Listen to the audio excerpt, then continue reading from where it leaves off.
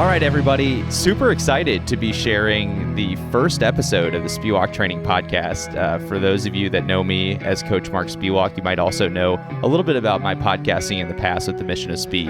But as of recently, I've just been super inspired to want to take the stories of our clients and our coaches and be able to share them and expose them to more people that are out there, just beyond even just the people that follow our team on social media and their friends and family. Really be able to share really meaningful, awesome conversations, that we'll put together here in the coming months with these clients who've had major success with their running, but also have just really unique stories when it comes to why they got into running, why they hired a running coach, and hopefully be able to provide some insight for those of you that may be wondering, what is the value of a running coach? Why should I hire one? What's the importance of having somebody that's going to hold me accountable, or somebody that's obviously going to be able to share, basically your running life with them. So that's what I'm super pumped about. And in today's, first episode, I'm honored to bring on Nicole Shepherds,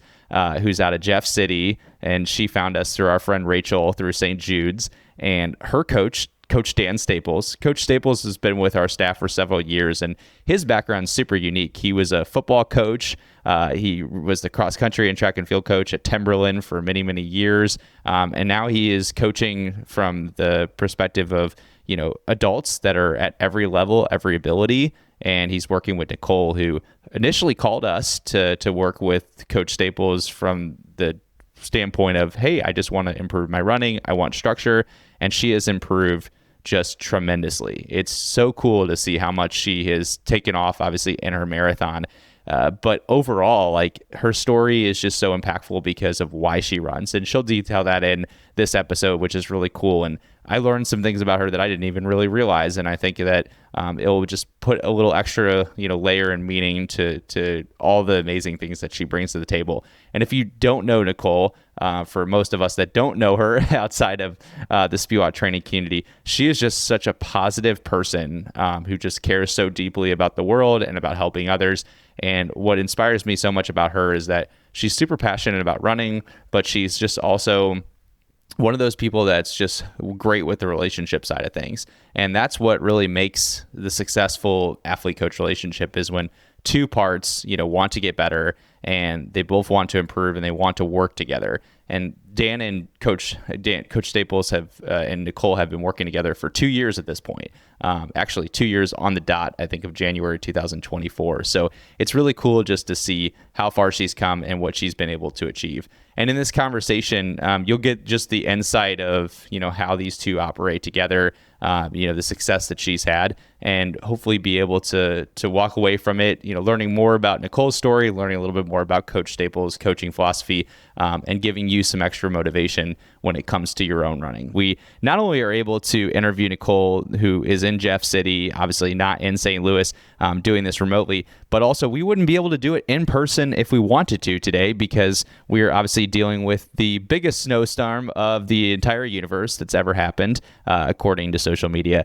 So we're just so thrilled that we could still have this conversation and bring so much energy and positivity on a very cold day when not many people are probably thinking about their running right now. So hopefully this will give you a little bit more of that warm, fuzzy feeling to want to get those miles in once the snow's off the ground. So let's dive into this first episode of the Spewak Training Podcast with Nicole Shepherds and Coach Dan Staples.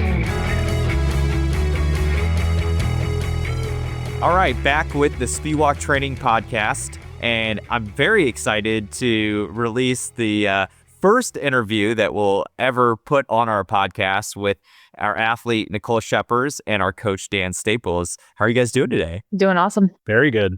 This is exciting for me because obviously Dan lives here in St. Louis, but Nicole's in Jeff City, and we're all obviously experiencing a big snowstorm right now. I don't know how the weather will be when this is released, but it's fun. We have something to look forward to, but also really cool to be able to see Nicole face to face, where it's mostly a remote relationship.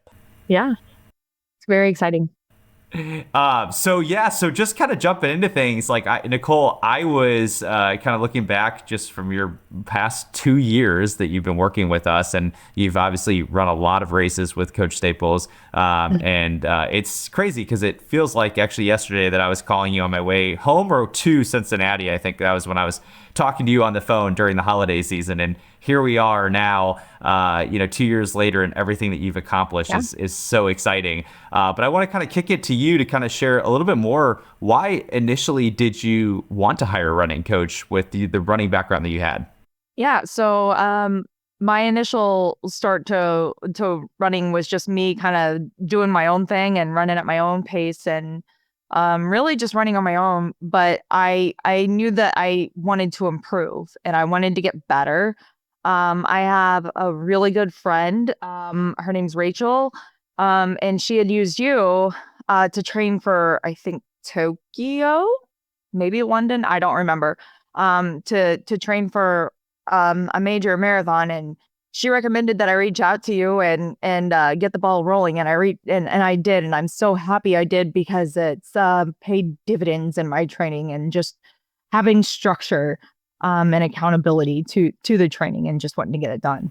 Would you say your perspective of a running coach before actually hiring one? I didn't really know what to expect. I didn't really know what a running coach would really do for me. I knew I'd see improvement. Um, I knew I'd see change, but I didn't really know what to expect, to be completely honest. I was just really looking for structure and accountability, and what Rachel told me is that I would get that with training, and with a coach's structured training. That's kind of one of the really fun things for us, especially when we're doing those intro calls, is that, we kind of know hopefully we know the answer, but you have to obviously put the work in and we have to put the work in. But we kind of know that they're going into it with this, kind of this first time you're ever doing this, kind of Yeah. confused of how the situation's going to work. Am I just going to do it for one training cycle? And we kind of on our end, okay, know that if we do this the right way, this is hopefully going to be a really positive thing for your life and, Yeah.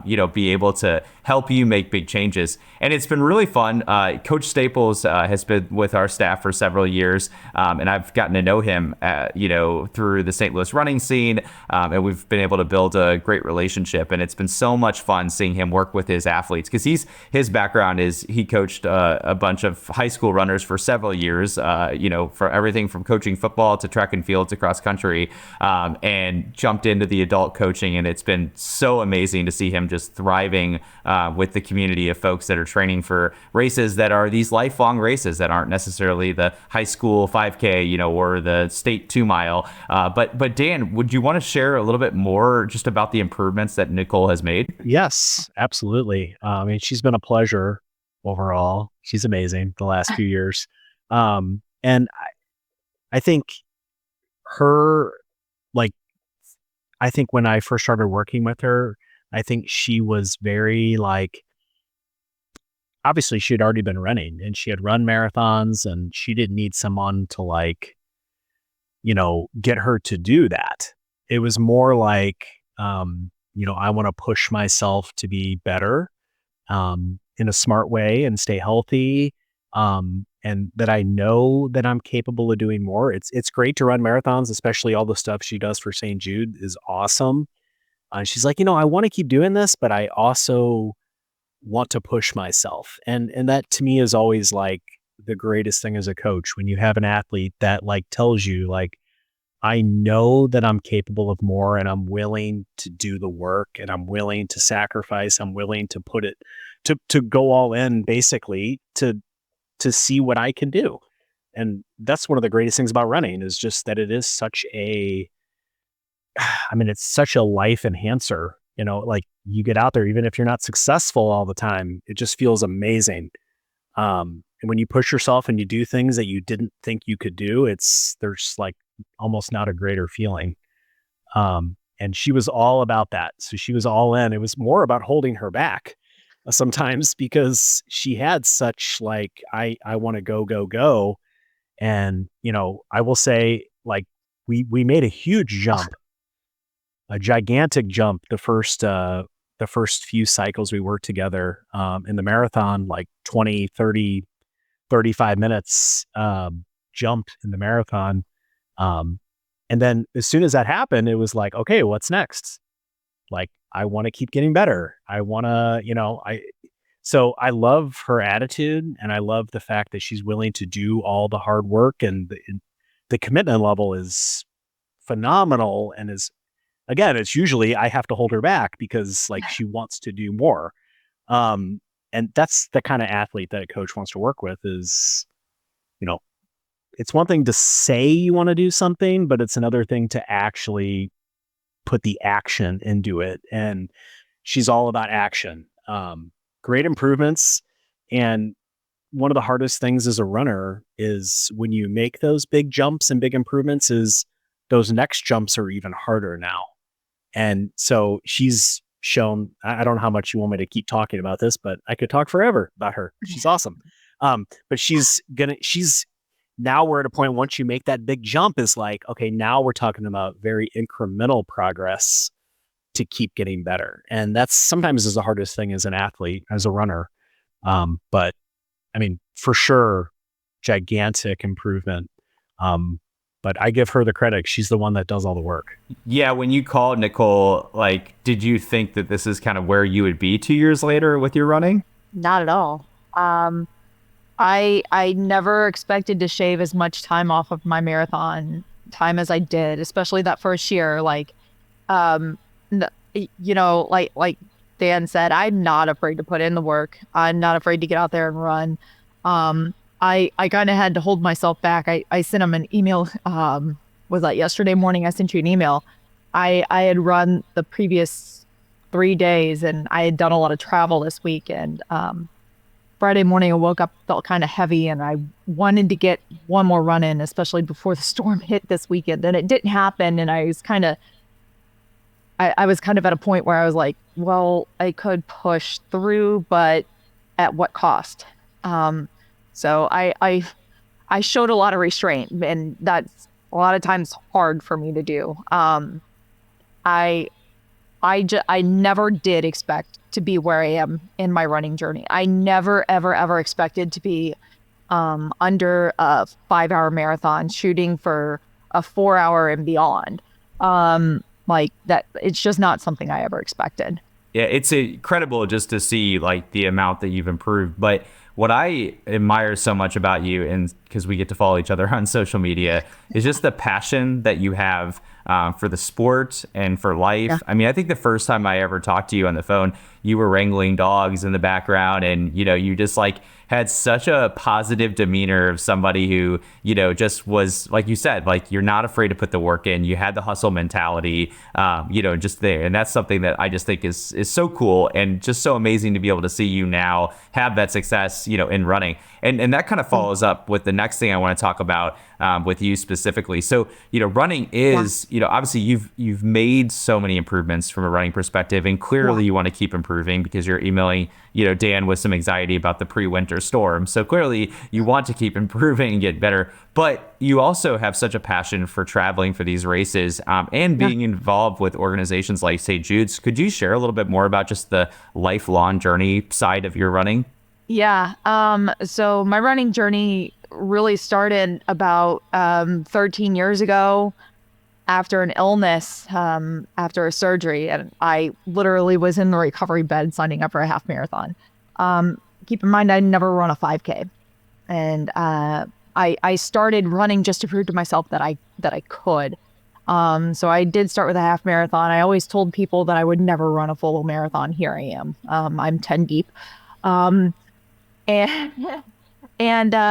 I had run the Rock and Roll St. Louis half marathon multiple times. I ran it in 2017 as a St. Jude hero, just raising $500. I just wanted it. I just wanted to run a race. That's all I wanted, was just to run a race. And I met the people. I met Rachel with St. Jude. Rachel is also who connected me with you as well. But I met Rachel at the event and everything, and she's like, because I was getting ready to go sign up for the race again, and she's like, this race isn't coming back. And I'm like, huh? So that's, and she goes, I'm sending you a link in January. I want you to check out Memphis. And so It's like, okay. So I signed up as a St. Jude hero running the Memphis Marathon, the full marathon. That first full marathon was a disaster, to be completely honest. 6 hours, 44 minutes was my time. Not afraid to share that, not ashamed of it. It was just an absolute disaster. That morning, it was really hot and muggy. It was storming. They kept pushing back the start time. And while I finished and while I crossed that line, it was the hardest race of my life. And so after that first marathon, I was determined to do it again and get a better time. And I came across the line right at 6 hours the second year. And that first year when I ran Memphis, I got like a hospital tour, and I got to do all these different things. And when I saw the hospital and like what St. Jude actually did for the kids, I was completely sold. And so I pledged to myself more than anything that I would do anything and everything I could for the kids. And Rachel, after COVID, kind of got me hooked on wanting to run the world majors. Not for anything more than just to raise more money for the kids. And so she ran London in 22 after having to postpone twice, I think. Once for the COVID year and once the year after. I think she had just had a kid or was getting ready to have the kid, one of her children. And so she ran in October of 22, and right after that they opened up applications for the 2023 London Marathon, and I applied. And I also applied for Boston that year too, just because I wanted to run a race. I wanted to run a race on a big scale like this. Like I wanted to experience it. And I interviewed for both, and I got London. And like she went above and beyond to make it a really big deal that I got London. Like she sent me this huge bouquet of flowers. I got it the day before my anniversary, and my coworkers are like, "Did Andy send you flowers for your anniversary?" And I'm like, Andy's never sent me flowers a day in my life. I don't know why he'd start now. And I think we can edit that out. No. It's a joke. I opened up the card, and the only word I saw on the card was London. And I called Andy, and I'm jumping around and screaming, and I was in tears. I couldn't believe it. And so that's really where that started was that one. And I was hooked. I was hooked on raising even more money and challenging myself in ways that I never thought I would. And after I ran London, I ran Memphis that following December. I made steps on improving my time. I think I made it down to 5.5 hours at that point in time. And then in 24, I contacted you guys and started my journey there. And I think my A race in 24 was Berlin. And then I also did Memphis again. And then in 25, I did Sydney, Chicago, and Memphis, which I'll never do 3 marathons in 12 weeks again. I will never do that again. That was a lot on my body, but when I say I like to challenge myself, that's one reason I love to challenge myself. It was very, very hard. I proved to myself that I can do it. Will I do it again? Probably not to that extent. Dan and I definitely had that conversation around Christmas this year. Probably won't do that again, but will I continue to run? Absolutely, because I know I can do more. To this day, I've raised about $100,000 for the kids at St. Jude running races. That's incredible. And just to think, I mean, you've shaved as much time as you have in the marathon, but $100,000 is far more than what any of us can ever do on a race course. So that's just so amazing and something to be so proud of. And I guess that's where I want to wrap up really fast, because I didn't really, not that I didn't understand the passion for fundraising before obviously my situation, but now obviously I have a even greater appreciation for when you find a charity that you're connected to, that you feel like you want to support. It's just another level of motivation for your running. So you just speak a little bit more on that, just so in case there's somebody listening, maybe thinking, I want to improve, but I also want some other purpose to their running. That's exactly what it did for me. Especially after I saw it that first year, after I got to see St. Jude, and go to the campus and see the kids, because on race day, they have the kids lining the streets with their families, and like you actually get to physically see what your money's going to. And I think that was a big thing for me, is that like when I got to see when I got to see the families and the kids that I was helping and what St. Jude was actually doing, I was completely 100% in. I was so sold. Do I have any connection to pediatric cancer personally? No, I do not. That's the other thing is no, before I started running for St. Jude, I had absolutely no connection to St. Jude. And I've met so many incredible St. Jude families who have incredible stories. And, you know, there's a couple right here in my backyard that I've gotten to know really well. And you know, the thing is that they're also more than willing to share their stories and their journeys about St. Jude. And when you have those personal touches and you can share those things with other people, people are more than willing to jump on board with your mission, cause, and purpose because of the mission, cause, and purpose that you're serving. And I think that that's the biggest thing is, you know, like some people will raise money once and be done. I couldn't do that. I had to continue going. I had to continue.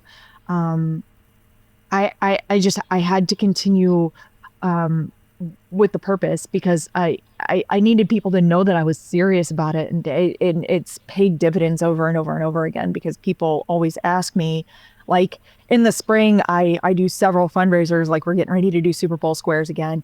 But we do like an Easter egg hunt for the kids and stuff like that. And we've added adult Easter eggs over the years, but like when you make it fun and people know what to expect from you and they know what you're doing and when you're doing it, they're just going to jump on board because they know that you're going to be there and that you're going to be asking people if they want to support you. Fundraising's not easy at all. But when you're dedicated and when you've got a mission, cause, and purpose behind it, people will jump on board. And Coach, I'm sure for you, that's just super inspiring, you know, being able to not just, you know, release her plan each Sunday, but also knowing that the miles she puts in is going to directly impact, you know, these families and kids all over the world. Yeah, absolutely. And I want to know what is in the adult Easter egg. Okay. We've done airplane shooters and we've done chocolates and we've gone as far as getting the really big eggs and putting big beers in them. That sounds amazing. Yeah, that sounds amazing. All of that sounds amazing. No, she is. Yeah. We have to make it fun for everybody.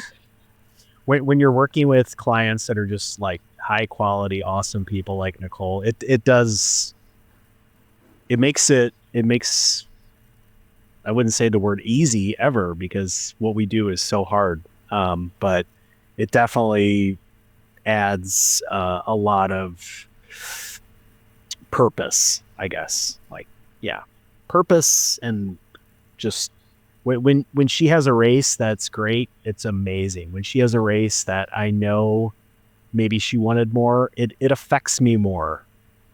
You know, because I know what a great person she is. And that's why I really want to help her, guide her as much as I can to get to, you know, the best that she can possibly be.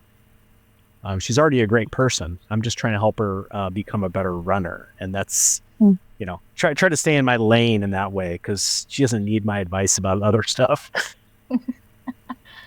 The why is so important, you know, as distance runners. And, you know, especially with the weather being the way that it is right now, you have to have that purpose, like you said, Dan, for why you're getting out there, you know, why you're choosing to continue to push yourself. But I think what's really cool to note out of Nicole's story is that it all started basically in a hospital bed where she skipped the steps of learning how to run and went directly to a half marathon. But that will to succeed and share that motivation, I think is something that I think we can all resonate with. And just a reminder, it doesn't matter, you know, where you're starting from, you know, even regardless of the performance that you want in this sport, you know, you can also find the organizations like St. Jude's and other amazing charities that you can connect with to let that be your purpose for continuing exercise. And as a result, we're healthier people for it. So thank you so much to you both for jumping in and being our first guests on the Spewak Training Podcast, sharing the story of Nicole Shepherds and obviously Coach Staples. And we cannot wait for our whole community to hear it and can't wait to share it with yours in Jeff City.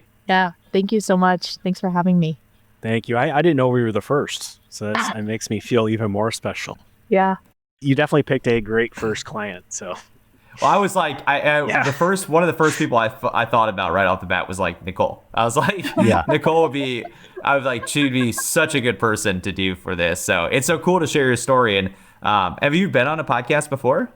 I have not. If people want to follow your running journey, Nicole, where can they find you? So I'm on Instagram, Coley Renee, the dog grooming yogi. There's a backstory behind that too. I own a dog grooming salon and I'm a yoga instructor as well. So, and I'm also on Facebook as Nicole Shepherds. So, you can definitely follow me there. You can follow me on Strava. I'm Nicole Shepherds. I'm in Jeff City, Missouri. So, you can follow me there as well. That's amazing. And you can find Coach Staples on the Spewak Training website. His email's up there, and also Coach Staples on Instagram. Well, thank you so much, Nicole and Dan, for taking part in this podcast. Well, that was just such a great conversation with Nicole and Coach Staples. I got to be honest, I was a little nervous just because, I've done a lot of podcasts in the past, but this is the first time that we've ever done the Spewak Training Podcast. And it was just really cool to be able to see Nicole have the opportunity to share her story. And she's never been on a podcast before. And I think that's what's so special about what this new format will look like for us, being able to interview people who have amazing stories, who maybe just haven't had the chance to maybe share it beyond their own bubble, whether that's their family or friends in their own running communities. And so I think that what she talked about was just so inspiring, and just for myself made me, just excited about my own fundraising for obviously Team Teddy that I'm very passionate about, but hopefully gives you a different perspective of your why with your running. I think that's the biggest thing when it comes to this sport, is that if you're going to be consistent, you have to have a purpose for why you're out there. And Coach Staples really harped on that in this conversation, just how important that her purpose was, and that keeps her going and that gives him purpose. And if I think for a lot of us, we look at the sport as, okay, I want to run faster, I want to do these races, but we forget, we do this year round, and there's a reason why we're out there in the really cold weather like today. We do this consistently because we love it, the health and wellness factor to it, the mental benefits, all these other things that make this sport so special. And sometimes we forget that. And so when you have a greater purpose, like raising money for St. Jude's and running all over the world to be able to promote that amazing organization, and then be able to raise $100,000, that's just incredible. I mean, think about that. She shaved so much time off her own marathon times, more than she ever thought. But she raised more money than, most of us will ever raise, obviously, in our lifetime doing fundraising efforts. So just kudos to Nicole, and just thank you so much to Coach Staples. It's amazing to have just the kind of quality coaches that we have on our staff who are, just such great human beings who really care about the person. And that's something he really highlighted in this conversation, just talking about how great she was and how he just wanted to be able to compliment her. So I think for all of you listening, hopefully you could really see that there's just such a strong relationship between the two. And that's really what it's all about at Spewak Training. If this conversation kind of got you excited and you've been thinking about getting a running coach, but you really have no idea what it looks like still, and you just want to learn more, please don't hesitate to reach out. We're always happy to do a free consultation call with you.